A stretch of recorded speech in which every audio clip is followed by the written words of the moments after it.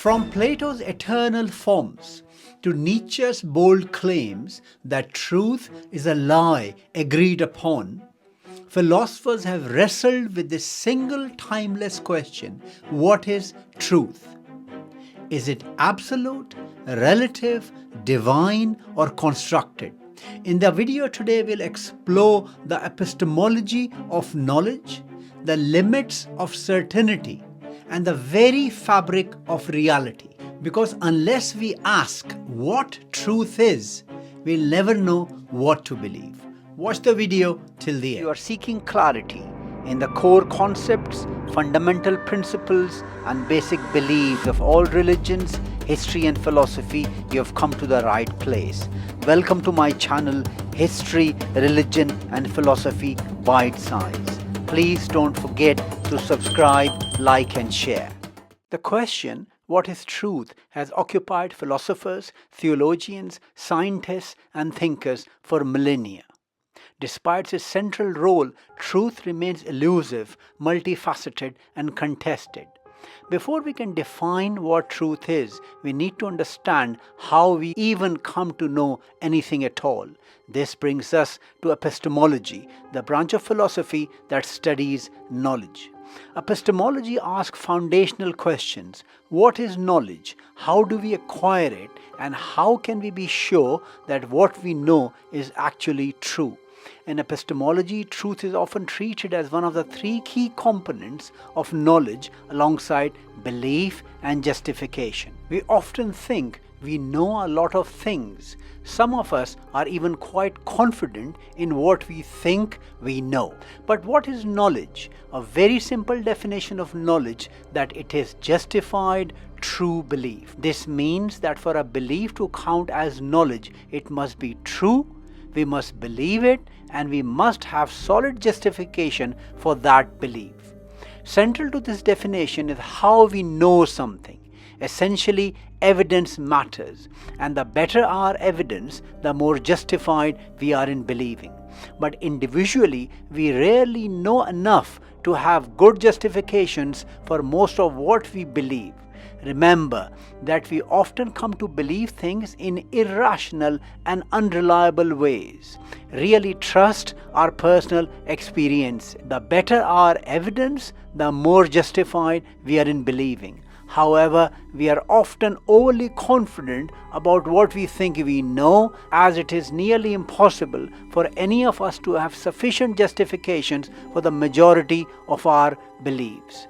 We are more likely to gain real knowledge when we recognize the limits of what we know, learn to be comfortable with uncertainty, and are open to changing our mind. This is possible by critical thinking. I have a full video on critical thinking. I'll leave the link in the end. The relationship between knowledge and truth is central to philosophy.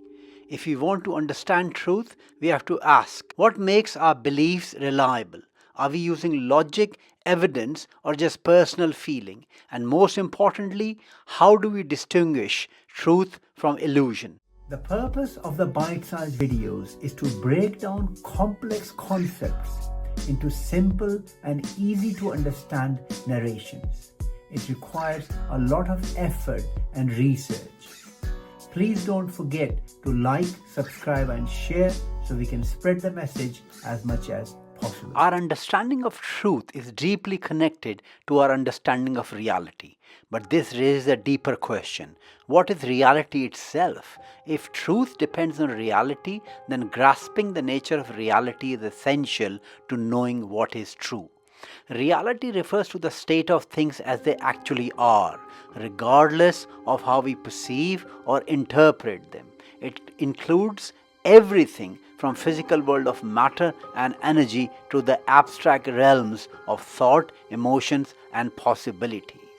Is reality only what we can see and touch, or does it also include invisible forces, mental states, or even mathematical truths? In ancient philosophy, Plato argued that the world we perceive through our senses is just a shadow of a higher, more real world of unchanging forms or ideas.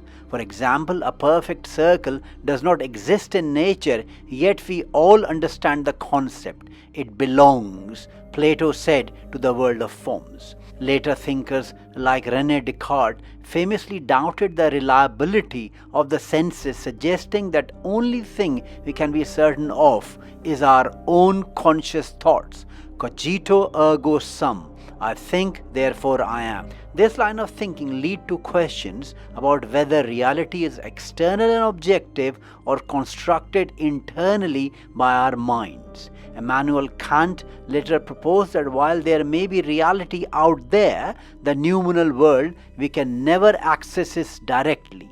We can only know the world as it appears to us through our senses and mental categories. Quantum mechanics added further strangeness, showing that particles can exist in multiple states until observed, a phenomenon called superposition. This has led some physicists and philosophers to suggest that reality at its core may be probabilistic, not deterministic, and possibly influenced by consciousness itself. Today's Bite Size is not about reality or consciousness. Perhaps I'll make a separate video about consciousness.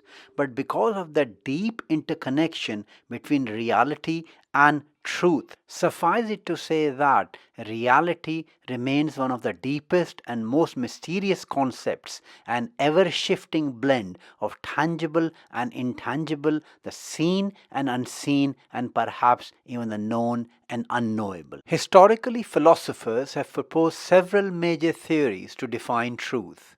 First is the correspondence theory. Rooted in ancient philosophy and refined by thinkers like Aristotle and Thomas Aquinas, the correspondence theory holds that a statement is true if it corresponds to reality or facts.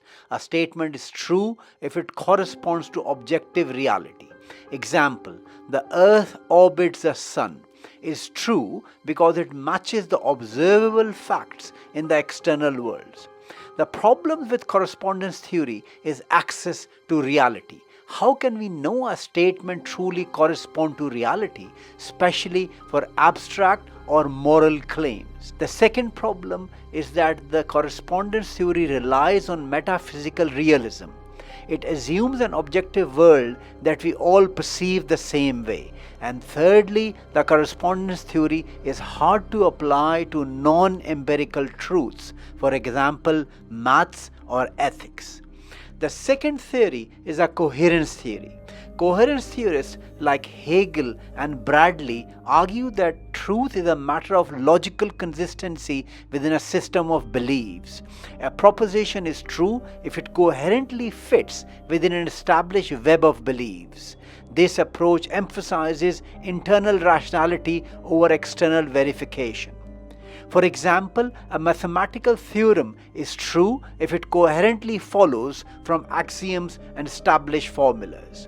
The problem with coherence theory is firstly multiple coherent systems. Two belief systems can be internally consistent yet contradict each other.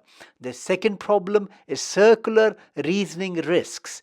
Beliefs can reinforce each other without actually being grounded in reality. And lastly, the coherence theory ignores empirical input. Something might cohere conceptually but still be false in the real world.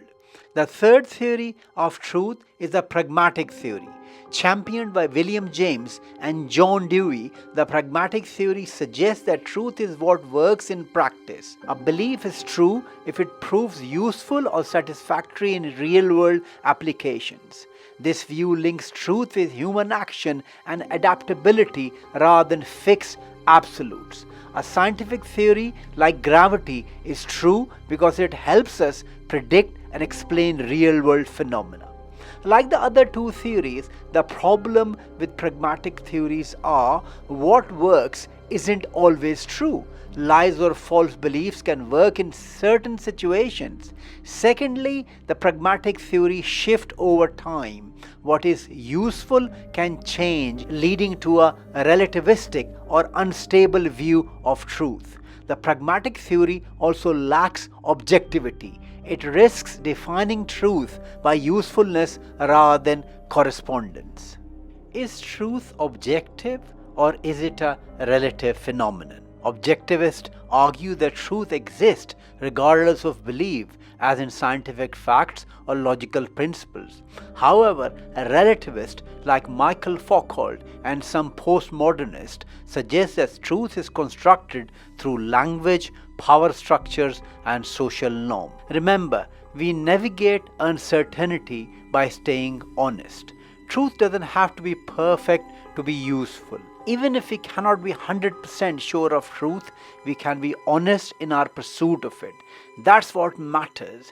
Checking evidence, staying open to correction, and avoiding deliberate lies or bias. Whether viewed through correspondence, coherence, or pragmatic outcomes, truth remains essential to how we think, reason, and live. As individuals and societies, our pursuit of truth shapes our beliefs, our knowledge systems, and ultimately our shared reality.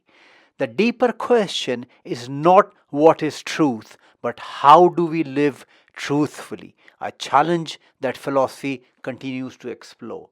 I would be grateful for your questions and comments.